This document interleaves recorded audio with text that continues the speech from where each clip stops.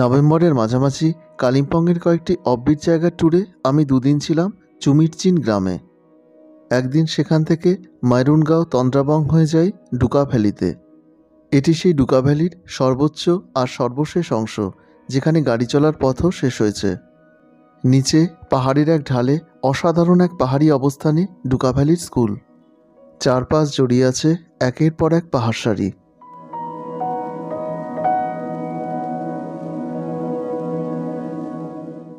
এখানে আমার আলাপ হলো গ্রামের ছেলে আগাস্তান লেপচার সাথে। খুব উৎসাহের সাথে আমাকে সে নিয়ে গেল স্কুলের পেছনে পাহাড়ের এক ধাপ নিচে ডুকা ভ্যালি হোমস্টেতে। হোমস্টেতে ঢোকার আগে পথের পাশে একটা ছোট্ট সুন্দর বসার জায়গা, সেখান থেকে দেখা পাশের পাহাড়টাই সাকিয়াং। অক্টোবর নভেম্বরের এই সময়টা সবুজ গাছপালার সাথে এই পাহাড়ে সোনালি ধান খেতে ভরে থাকে। একদিকে সাকিয়াং পেডং, আরেকদিকে কাগে, তার পেছনে আরিটার, আর তারও পেছনে সিকিমের জুলুককুপুপ, আর এই দুদিকের পাহাড় সারির অনেক নিচ দিয়ে বয়ে গেছে মুদুং খোলা। আকাশ পরিষ্কার থাকলে কাঞ্চনজঙ্ঘারও কিছুটা অংশ এখান থেকে দেখা যায়। উত্তরবঙ্গের পাহাড়ি পর্যটনে 360 ডিগ্রি অ্যাঙ্গেলের পাহাড় নিয়ে হাতে গোনা যে কটি হোমস্টে আছে, এই ডুকা ভ্যালি হোমস্টে তার মধ্যে অন্যতম। এই হোমস্টেটি বর্তমানে একজন লিজ নিয়ে চালাচ্ছেন। এখানে অ্যাটাচ বাথরুম সহ 2টি কটেজ আর 3টি রুম রয়েছে। কটেজে একটি বেডে 2 জন আর রুমে 2টি বেডে মোট 4 জন পর্যন্ত থাকা যায়। এখানে থাকা খাওয়ার খরচ দৈনিক জনপ্রতি 1200 টাকা। এরকম একটা পাহাড়ি অবস্থানে এরকম কয়েকটা বসার জায়গা এর আকর্ষণ আরও বাড়িয়েছে। এখানে এখনও পর্যন্ত 2টি হোমস্টে আছে, তবে অবস্থানগত দিক থেকে এটিই সেরা। এর কন্ট্যাক্ট নাম্বার এই ভিডিও ডেসক্রিপশনে রইল।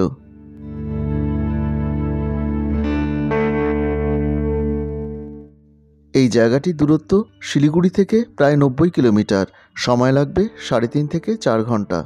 শেয়ার গাড়িতে আসতে চাইলে প্রথমে আসতে হবে শিলিগুড়ি থেকে কালিম্পং।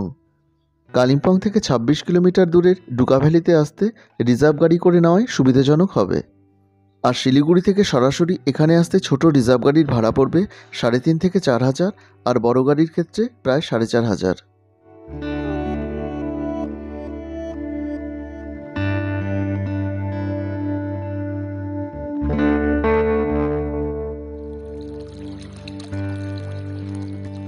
আগেই বলেছি, এখানে আমি চুমিরচিন থেকে একবেলার সফরে ময়ূরনগাঁও তন্দ্রাবং হয়ে এসেছিলাম। এখন আবার ফিরে চলেছি সেই পথেই। পথের পাশে এক জায়গায় বড় বড় পাথরখণ্ড আর জঙ্গলের মধ্যে দিয়ে ওপর থেকে এক জলধারা নেমে এসে পথের ওপর দিয়েই চলে গেছে।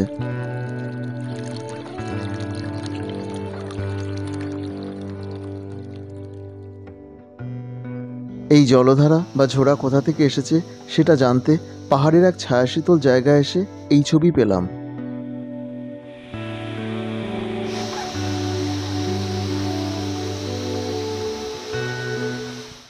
জঙ্গল আর পাহাড়ের বুক চিরে অনেক উঁচু থেকে এক ঝর্ণা, নিচে পড়ে থাকা অজস্র পাথরখণ্ড আর অসংখ্য কাঠের গুঁড়ির মধ্যে দিয়ে ঝোড়া হয়ে তার পথ করে নিয়েছে মুদুং খোলার দিকে।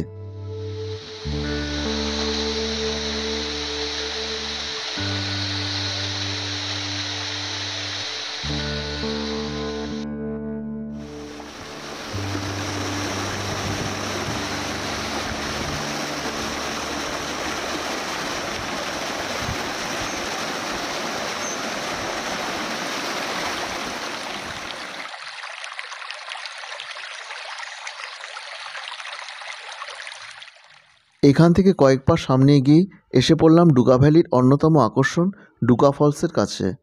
ডুকা গ্রাম বা বস্তি শুরুই হয় এই ঝর্ণা থেকে।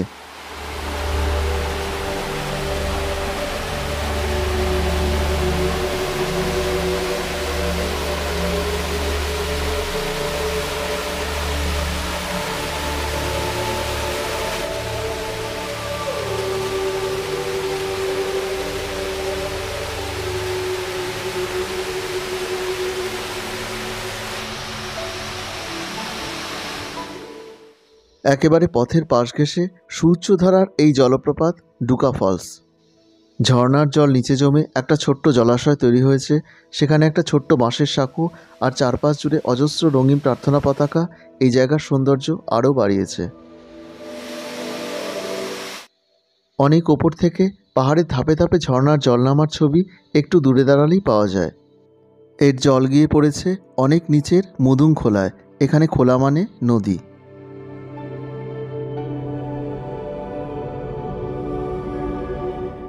পথের পাশের একদিকে ডুকা ফলস, আরেক পাশে পাহাড়ের এক ঢালে ছোট্ট এক পার্ক তৈরির কাজ চলছে। সেখানে দাঁড়িয়ে সামনের যে পাহাড়টা দেখা যায় সেটাই চুমির চিন। এই পুরো জায়গাগুলি কালিম্পং জেলার পেডং ব্লকের অন্তর্গত।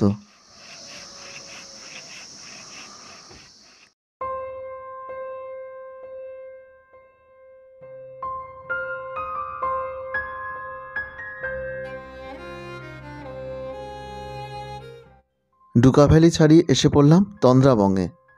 এই তন্দ্রাবং ময়রুনগাঁওয়ের পথের পাশে যে কটা বাড়ি আছে সবই এক একটা হোমস্টে, আর এর বেশিরভাগই কেউ না কেউ লিজ নিয়ে চালাচ্ছেন। সবুজ গাছপালা আর অজস্র ফুলে ঢাকা কাঠের এই সুদৃশ্য হোমস্টেটি হলো আদিত্য হোমস্টে।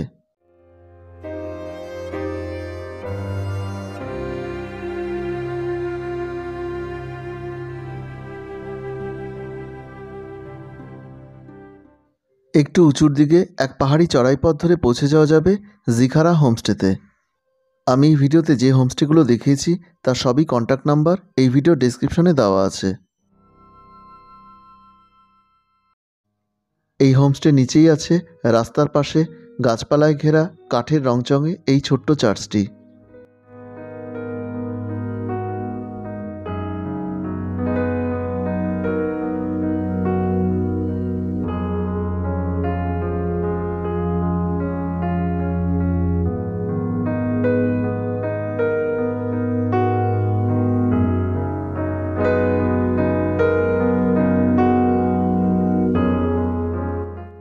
এখান থেকে আরও কিছুটা এগিয়ে গিয়ে পেলাম এই আমাস হোমস্টে। সবুজ গাছপালা আর আলো ছায়া জড়িয়ে থাকা এই হোমস্টে বছর দুয়েক হলো চালু হয়েছে। এখানে অ্যাটাচড বাথরুম সহ মোট 2টি ঘর আছে। দৈনিক জনপ্রতি ভাড়া 1200 টাকা।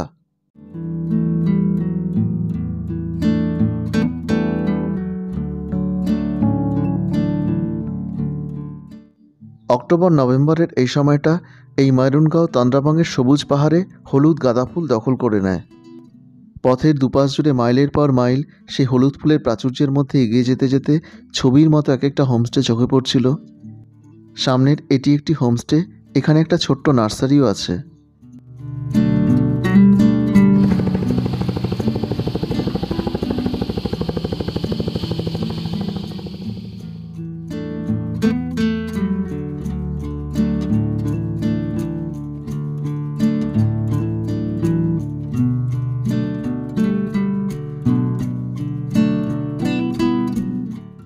পাহাড়ের আরেকটা সুন্দর অবস্থানে আরেকটি হোমস্টে তৈরির কাজ চলছে। সামনে বাঁশ আর কাঠের তৈরি এই সুন্দর হোমস্টেটি হলো গ্রিন ভ্যালি হোমস্টে। বছর 3 আগে চালু হওয়া এই হোমস্টেতে অ্যাটাচড বাথরুম সহ মোট 2টি ঘর আছে। এখানে দৈনিক জনপ্রতি ভাড়া 1100 টাকা। গ্রামের এক প্রয়াত সৈনিকের স্মৃতির উদ্দেশ্যে এই স্মারকবেদি করা হয়েছে।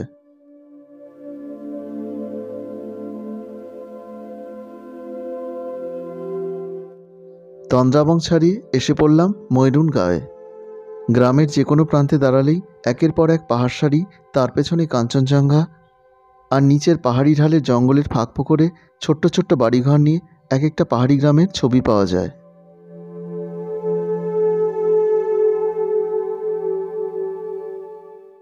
এখানে দাঁড়িয়ে বাঁদিকের পাহাড়টাই সাকিয়াং আর ডান দিকের পাহাড় কাগে। কাগের পেছনের পাহাড়টাই সিকিম। সেই পাহাড়ের ওপরে আরিটার আর নিচে রেনোকের অবস্থান। কাগে আর আরিটারের মাঝে অনেক নিচ দিয়ে বয়ে গেছে ঋষিখোলা। এটা ময়রুনগাঁওয়ের ব্যাসনেট হোমস্টে।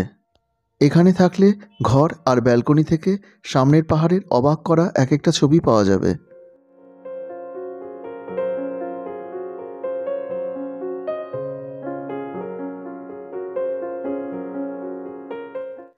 এখানে পথের দুপাশের বাড়িঘরগুলোই এক একটা হোমস্টে।